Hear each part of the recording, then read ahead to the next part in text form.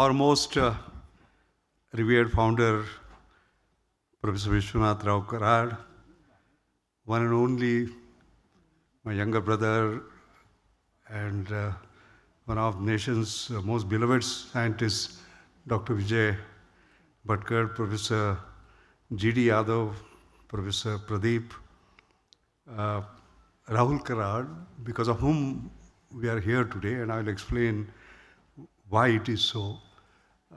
Distinguished dais and the great eminence I see in front of me, coming from all over India, the greatest of thought and action leaders in science, technology, and innovation, ladies and gentlemen. It's a very special privilege to give the opening remarks in this unique first National Scientists Roundtable Conference, NSRTC as we call it. This is NSRTC 2024. Next year it will be 25, then 26, 27, it will go on. And then of course NSRTC 2047, that's what we are looking at. That is the Vikasit Bharat. Okay. I have been very closely associated with MIT. It's a great institution created by great individuals who are institutions themselves, like Dr. Vishwanath Rao Karad, and I've been associated for 40 years. And it has been a great joy, a great privilege to see it grow into a preeminent institution. What appeals to me is also their deep social connect. So as to say, they are doing so much for the nation. I won't have time to talk about large number of different initiatives that they have taken. But this initiative is a very special one.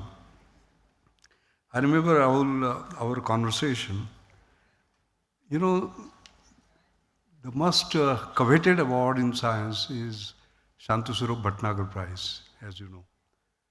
I remember when I received it, it was 20,000 rupees. I don't know, there are so many other awardees, what amount they had received, but I remember when I became the DG of CSR, we made it into 2 lakh. And my successors made it into 5 lakh. Okay? And today we find that no money is associated with that award. And it has been converted into some different form. I mentioned this. I'm not going to go into the merits of what has happened, but I was discussing this with Rahul, and he said, why don't we create our own award? Okay? 5 lakh. It was 5 lakh, we'll create a 5 lakh award. And he created this Vigyan Maharshi Puraskar on his own. And then we are talking in terms of a gathering like this, where the best of minds in science and technology and innovation come together. As you know, Indian Science Congress had got into disarray. It was one of the most preeminent congresses where around 5,000 scientists used to gather. And because of some governance issues, it has got into disarray. But that doesn't matter. Rahul said, let's create our own, let us say, National Science Roundtable Conference. It is known that private sector industry actually comes in and creates awards. For example, H.K. Firudaya Award, Science and Technology.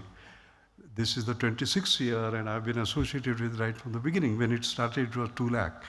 And that was the highest, by the way. And of course, then came Infosys, 50 lakh award, etc. Private sector industrial enterprises have been doing it. But private sector institutions like yours, I think this is kind of historical sort of advance that you have taken. So I want to thank you as well as congratulate you for your great vision.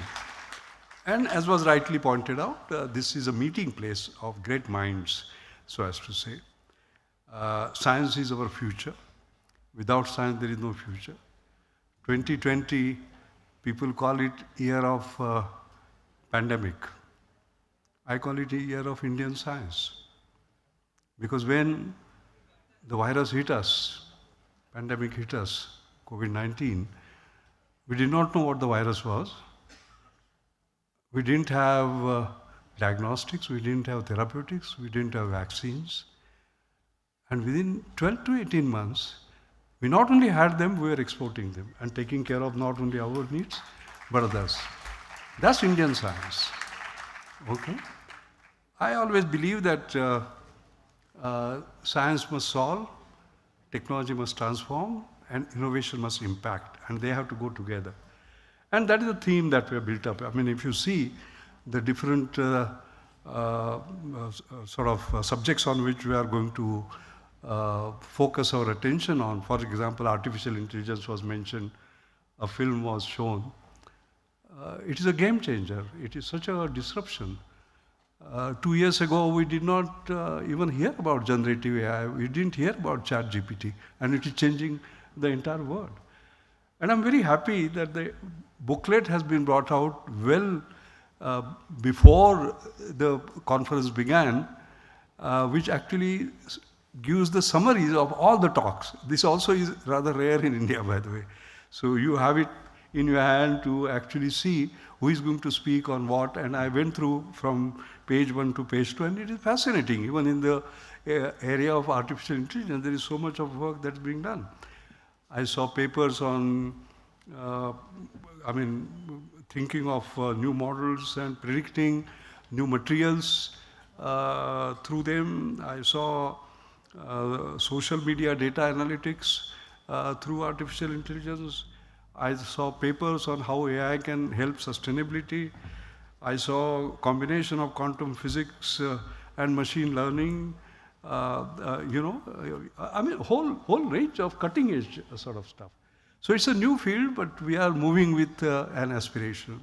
So you will find enjoyable sessions, including the last one on science, spirituality, connection between neuroscience and spirituality, cognitive science related issues, and so on and so forth, etc. So it's a totally holistic approach as far as this conference is concerned. I want to make a few remarks with regard to Indian science, and particularly how do we become leaders in that, not followers? How do we become first and not second? And I would imagine that India is capable of doing that, and I will give you reasons why. You know, I was giving the INSA Platinum Jubilee lecture many years ago, almost 15 years ago, and I was just going through it. Since I had to talk today, I said, what did I say 15 years ago? So Pradeep, what I found was that I had said that we have been looking through windows that others have opened. It is time that we create new windows ourselves, through which others will look. You know what I mean? Witness Bureau has a breakthrough on low temperature superconductivity. We all work on that. They have opened the door. There's a breakthrough on graphene. We all work on that. There's a breakthrough on carbon nanotubes. We all work on that. And so on. We can go on. Where are we going to create the windows through which others will look? Like Pradeep, your wonderful paper in Science.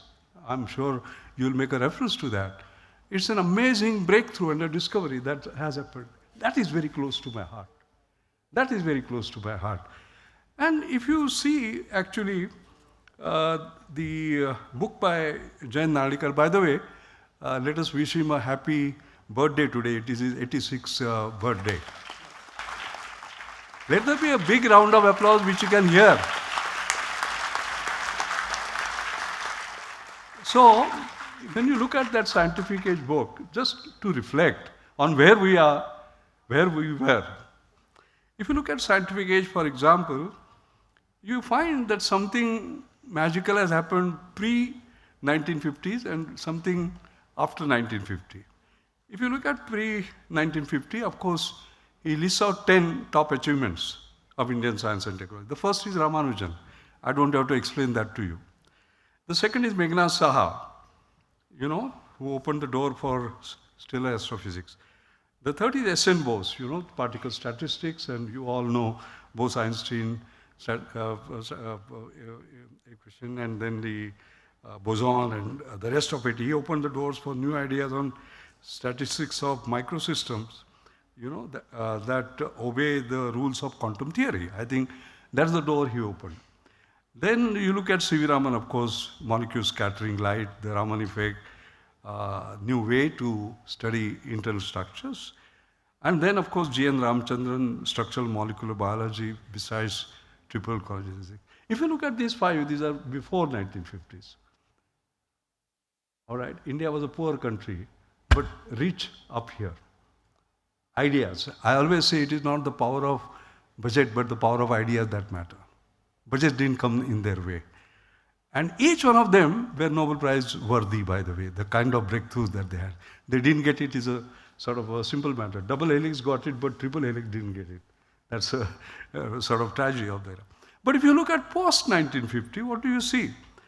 You see, he lists out one, nuclear power, second, green revolution, third, our space program, fourth, certain breakthroughs in high temperature superconductivity, and fifth is the CSIR transformation that happened in 1990s when I was Director General of CSIR. I'm very grateful to him that he listed that. But if you see, that is all organized science. There are no individual breakthroughs like your science paper or sort of others. And therefore we have to ask ourselves, in order to become a leader, what do we have to do? And I think it is obvious that we have to move from the syndrome of a follower to that of a leader. I have my book here, Leapfrogging to Pole Vaulting. मराठीत ज्याला बेडूकुडी ते हनुमान उडी म्हणतात. तुम्हाला मराठी येतं त्यामुळे मराठीत सांगितलं. This is what we need to do. Not following, not fast following, not leading, not leapfrogging, but pole vaulting. Because frog leaps because he's afraid of the predator and jumps a few feet. We have to pole vault. The size of the pole is size of our aspiration. And if this is the aspirational journey that we want to create till Vikasik Bharat, then what do we have to do? I'll just put 5-point agenda for you. In 10 minutes, I'll finish my talk. The first is science that leads and not follows. You know, after Nobel Prize, there are 2-3 awards which are considered most important. One of them is Fellowship of Royal Society. You signed in the same book that Newton has signed. And in terms of engineering science, there have been only 3 engineering scientists who are signed in that book from India. Happens to be Rodam Narasimha, is no more, Professor Sharma and myself. Why should there be only 3? Why not 30? That is the question. That's the first question. The second question is that there is what is called as the Queen Elizabeth Prize of Engineering, which is a kind of Nobel Prize in engineering. It goes to breakthroughs which have changed the world. Like the very first went to Tim Berners-Lee, internet, right? It changed the world. GPS, and so on and so forth. I've been on a jury for the last 7 or 8 years. And each time I come back from London, I ask myself, when are we going to have such breakthroughs? It is true that we use digital technologies to create fascinating sort of applications, as you will hear. Even in AI, you will hear that. But when are we going to have those breakthroughs which are worthy of such things? How do we achieve that? And particularly, it is very important to not only make a difference, but a big difference. You know, I have seen, my science all my life, I have seen that although you write hundreds of papers, there are 4 or 5 which make a difference, finally. Because that is where the rest like MIT is very famous. I remember Narayan Murthy annoying many people, as a matter of fact, when he made that comment, what has Indian science done which has made a difference? And he gave the example of an MIT. And he said that one single institution, 10 inventions which have changed the world, like GPS, email, microchip, fax machine, and so on. He listed that. When are we going to do that? So can we imagine something where MIT will follow us? You understand? Can we do that science? I'll tell you. We had in our laboratory, and we had geniuses like Ashish Lele, Shaini Varghese, and we had a breakthrough on what is called as acrylyl 6-amino caproic acid as a magic molecule which balances out hydrophilicity and hydrophobicity. Pradeep, you were there in the lecture when I got the the World Academy of Science, Lenovo Science Prize, and I spoke about that. Where has it gone? It has gone all around the world. It has found applications in stem cell differentiation, in oil well drilling, in enteric gastric coatings, in biomineralization. It's amazing. And the same MIT that I talked about, Bob Langer, which is considered to be a kind of guru's guru in terms of engineering science, he actually wrote a paper by using it, by the way, using A6SEA. And I will quote from what he says. Although there have been extensive studies and commercial examples of gastric creative devices since 1975, this manuscript presents the first demonstration of both extremely prolonged gastric retention and safe gastrointestinal passage with the active combination of elastic and internal properties confined in one material. He considers a breakthrough. And that breakthrough is based on a poor laboratory in Pune, all right? And this is how MIT's work has been influenced, where they say this is the best in 40 years that they have created. That's the kind of science one will like to actually do. The second is the issue of risk-taking. And that is very important. Risk-taking is a gene I have. I remember when I was director of NCL, I had created this kite flying fund. Wild ideas, 1 in 100, I will support it. When I went to CSR, I created a new idea fund. Didn't want to call it kite flying fund, because Parliament was just 1 kilometer away and they would say public funds are being used for kite flying. All right? And then we created New Millennium Indian Technology Leadership Initiative. Okay? And in each of these, there was an element of risk. And the kind of breakthroughs that came away, it was absolutely incredible. You know, in the NIMITLI program, where said, tuberculosis for our programs, I said, it takes 6 to 8 months. Can you do it in 2 months? Very important for poor people. And yes, we got a breakthrough, a completely new molecule. We have been copying molecules, there was a new molecule. It failed in phase 2, but we created the first new molecule after rifampicin in 1962. Same scientists who were copying were able to do that. Or for example, we had put up this challenge of liquid crystal display 2 orders of magnitude faster. And we had liquid crystal research laboratory in Bangalore, Center for Liquid Crystal Research Laboratory. They created it. They got 2 US patents. But we did not have the ecosystem which could actually commercialize it. That's a different matter. I think the point I'm trying to make is that these grand challenges are extremely important.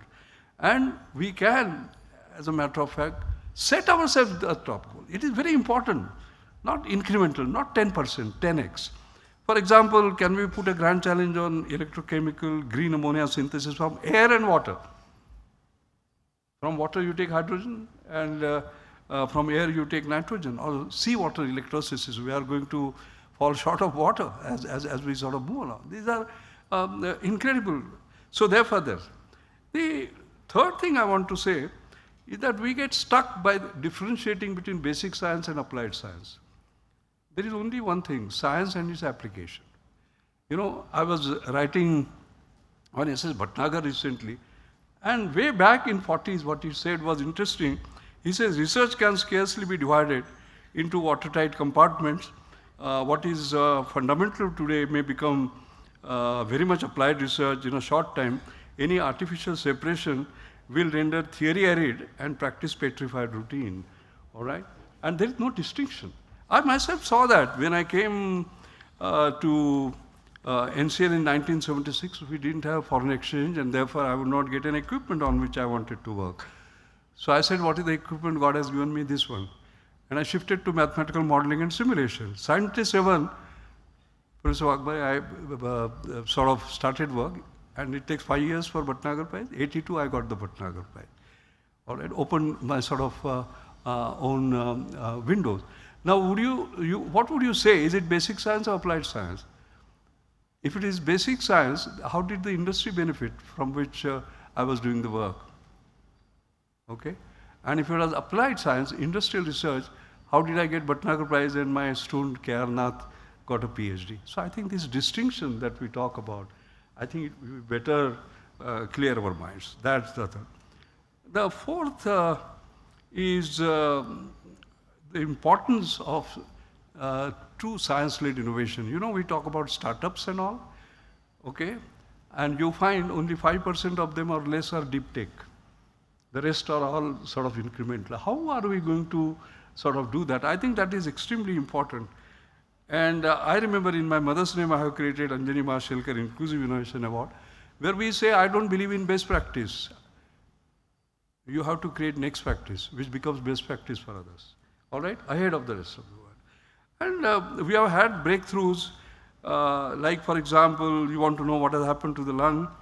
There is this award winner, Shwasa, who uses artificial intelligence, training audiometry of a mobile phone. You just cough into it and you know what's happened to you. Okay? And what difference it makes. The conventional spirometer takes 1.5 lakh. This is your smartphone. You just cough into it, all right? The time taken is 60 minutes. Here it is instant. And the cost 1,500. Here hardly anything. These are breakthroughs, cutting edge. But this is the next practice. This is not the best practice. Best practice is spirometer. Similarly, there are examples. Now, in this conference, we are not discussing startups per se, but startups as a key generator of new ideas, new science is something that we have to seriously look at. For example, can we look at, let us say, in terms of new breakthroughs which are based on cutting-edge science, which make a global impact and create an next practice? I'll tell you one of the award winners, Axiostat. When you have an accident and you bleed, many times people die. Supposing that bleeding can be stopped in 2 minutes. There is a breakthrough that has been created that bleeding can stop. Has it gone global? Yes. 28 countries, basically. US FDA approved plus 28 countries. Militaries, they are sort of using it, stocking it, including the Indian military, but based on deep science. And that deep science has appeared in Proceedings of National Academy of Science in the January issue, by the way, because there is something which is kind of the next generation, because even when you have anticoagulant, you know, blood thinning, blood flow doesn't easily stop, it stops, all right? That is the kind of breakthrough. I think the point I'm trying to make is high science-based innovation, not just incremental, not 10%, not copying, not reverse engineering. And final point I'd like to make, which is very close to my heart, is I'm very worried about the funding that we receive in research and development. It has been just, last 10 years, it has come down from 0.7% to 0.64%. We are the only country where it has come down. We are a country where the average R&D spend as a percentage of GDP, we are lower than the world average. And that has to be pushed up. There have been good intentions, by the way, I must tell you. I've been member of Science Advisory Committee to the Prime Minister for almost 30 years, starting from Rajiv Gandhi's time. I remember meeting with Rajiv Gandhi on, it was 19 December 89. And I remember he said from 0.7% we'll move to 2%. T.N. Seshan, who has been our guru, he was a cabinet secretary. He told the Prime Minister, sir, we have no money. And I remember Rajiv ji telling him, Seshan ji, we'll keep 2% aside for science and technology. And the rest the country can have, because without science there is no future. Okay. Then came 2000 Indian Science Congress. I was the president. And I remember Atalji making a statement about 2%. 2011, Indian Science Congress, Prime Minister Dr. Manmohan Singh talked about 2%. And 2015, our current Prime Minister talked about 2%. It is nothing to do with Congress or BJP, because anything that you take, you start talking about Congress. It is not that. Every Prime Minister was committed, it has not happened. I think we have to seriously look at why it has not happened, and part of it has to be with industry. Because if you see the industry spend, the rest of it, rest of the world, it is 70%, 80% industry and 20% government. Here it is exactly the reverse. And our industrial spend has been constant at almost 0.2%. Okay? And if you look at other countries, China, Korea, US, Israel, they are anywhere between 5 times to 11 times more. South Korea is the maximum, 11 times more. So how do we actually sort of raise that is something that we have to look at. We have to understand the competitive advantage that India has. You know, I have recently published a paper where I compared what is the cost competitiveness the ratio of US spend in R&D versus that in India for R&D, invest in research for producing the same output of research papers. If India is 1, UK is 2, that means UK is twice as expensive. All right, Australia is 4 times, China is 5 times, Germany 6 times, US 7 times, and Japan is 12 times. I remember Jack Welch, while inaugurating the Jack Welch R&D Center, saying, we get the highest intellectual capital per dollar here. What it means is that if we invest more, our competitiveness will be even higher. It is not that because we can get more from less that we should reduce. I think this is something that we need to do. And I think here, the most important thing is to be creative about it in terms of public-private partnerships, like the New Millennium Indian Technology Leadership Initiative program that we had.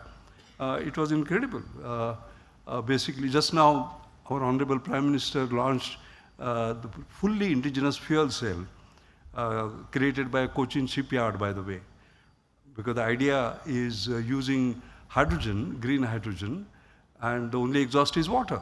So pollution-free, no diesel, nothing. And the idea is to green all the waterways. It's an indigenous technology, but we started the work at a point in time when nobody talked about fuel cell. That is risk-taking, and that is where we are. Public-private partnerships of this kind, and here KPIT Technology is the private partner, NCS, Sekri Karaikudi, etc. are the other partners. I'd like to end by just saying that these are 5 points that occurred to me, and I'm quite sure 50 more points will come during your deliberations, but I thought I'll put my foot down. I would only suggest finally, I go back to this book. This should be the spirit, leapfrogging to pole vaulting, all right? And in order to pole vault, what do? You normally start with 0 velocity and accelerate, right? And while accelerating, higher the acceleration, the better the speed, higher you go. And while accelerating, if there are, let's say, speed breakers, you have to start all over again. I think we have to get rid of speed breakers. And those speed breakers are bureaucracy. When paper becomes more important than people, when process becomes more important than people, when appearing to be right becomes more important than being right, and when if you want to get approvals, the time taken is more than the product life cycle itself, then there is a challenge. And our bureaucracy has not decreased, bureaucracy has increased. I think there has to be a fair chance given to our Indian scientists. They are capable of pole vaulting. 2047, I'm quite sure India will be a leader among the Committee of Nations. I won't be there to see that day, but I like to make a request to the God, take away the rest of whatever life I have, but give me one day when I can come and see in 2047 my Vikasit Bharat. Thank you very much.